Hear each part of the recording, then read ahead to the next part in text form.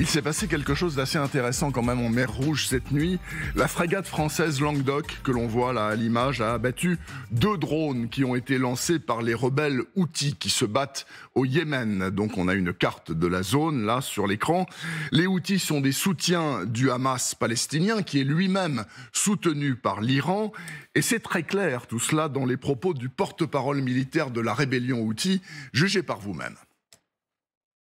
إن القوات المسلحة اليمنية مستمرة في منع السفن الإسرائيلية من الملاحة في البحرين الأحمر والعربي حتى يتوقف العدوان الإسرائيلي على إخواننا الصامدين في قطاع غزة.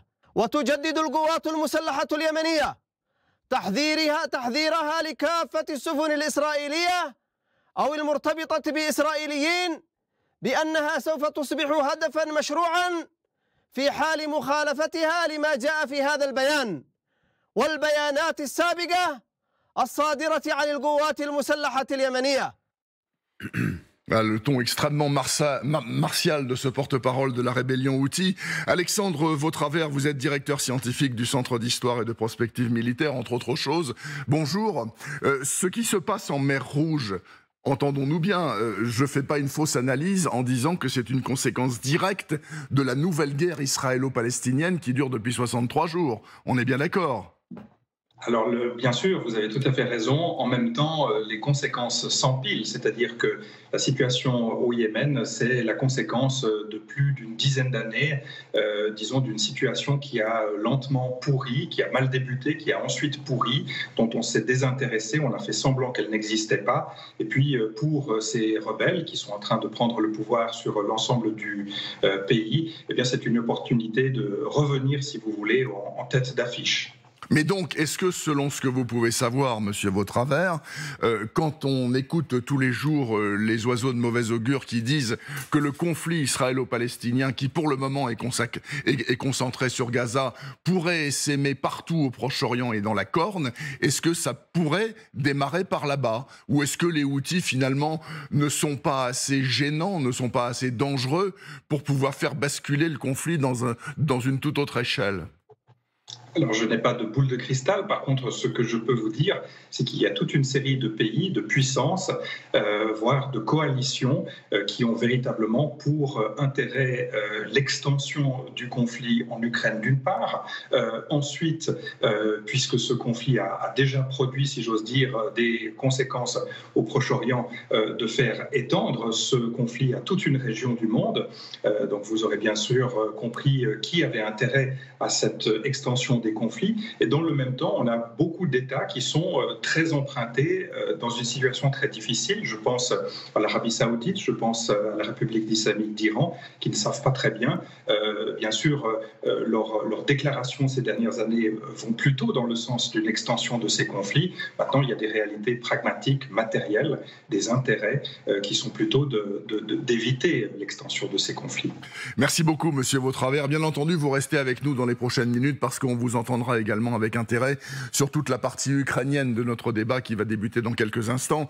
Claude Blanche-Maison, alors on est nous les Français dans cette affaire de la Corne de l'Afrique un petit peu le cul entre deux chaises, si vous me passez l'expression, dans la mesure où nous sommes des gros clients de l'Arabie Saoudite en termes d'armes. On leur vend des armes qui ne sont pas censées être utilisées contre des populations civiles. On sait que les ONG ont beaucoup tapé le tambour sur cette affaire-là. Et dans l'état actuel des choses, en l'occurrence, les Saoudiens ne sont pas en train de prendre le dessus, semble-t-il, sur les Houthis, malgré leur surperformance militaire, leurs moyens colossaux, leurs avions dernier cri, etc. Les Houthis, en effet, sont des agents, des alliés, quasiment des agents de l'Iran. Oui. Et par conséquent, ils font ces attaques contre Israël, probablement avec l'accord au moins tacite de l'Iran. Alors le fait qu'une frégate française soit intervenue pour descendre 2 drones venant du sud Yémen et donc par conséquent envoyés par les Houthis, c'est très important parce que d'abord, ça marque que la marine française est là.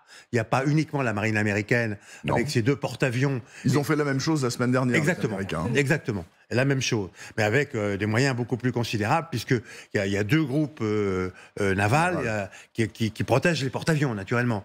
Donc là, a fait ce qu'elle devait faire en abattant ce drone qui venait de chez les Houthis pour protéger Israël de cette attaque. Et dont le fond, c'est complémentaire avec la position de la France la veille au Conseil de sécurité de l'ONU, puisque, comme vous le savez, le président de la République et le ministre des Affaires étrangères ont dit à plusieurs reprises que la France souhaitait une trêve transformée en cessez-le-feu pour des raisons humanitaires. Oui. On ne peut pas laisser la population de la bande de Gaza. Naturellement, les gens qui ne sont pas des militants du Hamas, qui ne sont pas des militaires du Hamas, on ne peut pas les laisser mourir de faim et sans soins. Par conséquent, il faut un cessez-le-feu humanitaire. Mais en revanche, on défend le territoire d'Israël, notamment lorsque des drones Houthis l'attaquent.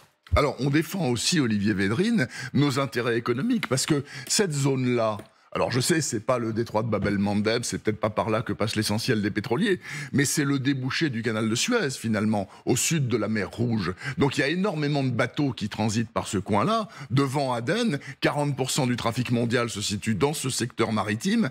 Et donc, si des rebelles, Houthis ou d'autres balancent des drones sur des navires de commerce, c'est potentiellement catastrophique sur le plan commercial, on est bien d'accord ? Oui, c'est catastrophique sur le plan commercial. Maintenant, comme vient de le dire Alexandre, tout le monde a intérêt à ce que le conflit ne se développe pas dans cette zone. Maintenant, ce que je vois, c'est que dans l'offensive de turbulence que Poutine a mis en place, hein, parce qu'il ne faut pas oublier qu'il soutient le Hamas, bien sûr, et qu'il est un allié de l'Iran, le fait de vouloir, je dirais, diluer,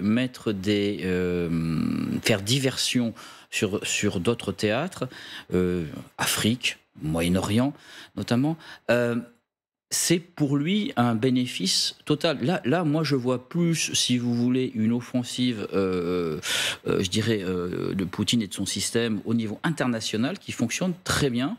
Et ce que je pense, c'est aussi que Poutine veut s'installer maintenant, et il le dit dans ses débats, en faiseur de paix. Et dans le problème du Moyen-Orient, il veut jouer un rôle, c'est pour ça qu'ils ont reçu quand même le Hamas, Lavrov, etc. Et je crains véritablement, si vous voulez, encore une manipulation, je ne veux pas être parano, mais encore une manipulation malheureusement du chef du Kremlin. Aline Lebaille-Kramer, vous êtes sur cette ligne-là? Parce que hier déjà, Poutine a écrasé le débat pendant 2 heures ici même autour de cette table. Aujourd'hui, c'est reparti pour être bis repetita.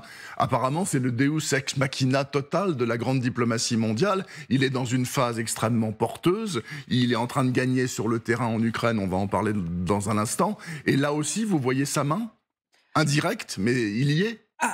D'une façon indirecte, ça c'est une évidence. Alors, dans cette action précise, je voulais noter la réaction du Hamas qui a réagi à cette histoire de drone en mer Rouge, a salué le courage et l'audace des rebelles Houthis et l'esprit chevaleresque de cette action. Donc il y a quelque chose de l'ordre du tragicomique aussi dans l'expression de ces groupes.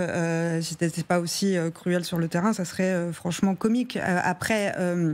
oui, évidemment qu'il y a Poutine derrière. Poutine a de toute façon intérêt à ce que la violence se répande, s'éparpille.